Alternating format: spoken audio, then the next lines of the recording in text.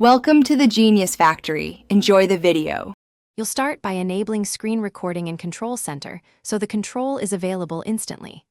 Once done, open the app or area you want recorded and silence interruptions with Do Not Disturb.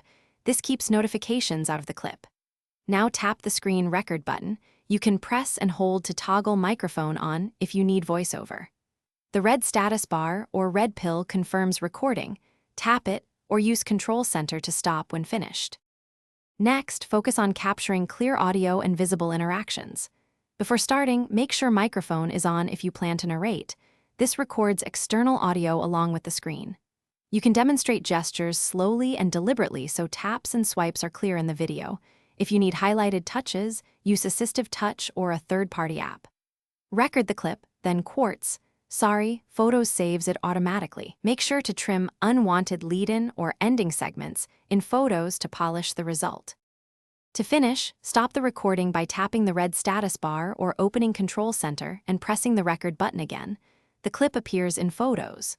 Once there, trim and export using Share to AirDrop, Files, or Mail depending on your destination. If the recording doesn't start, make sure screen recording is enabled in Control Center, check available storage, and confirm microphone permissions.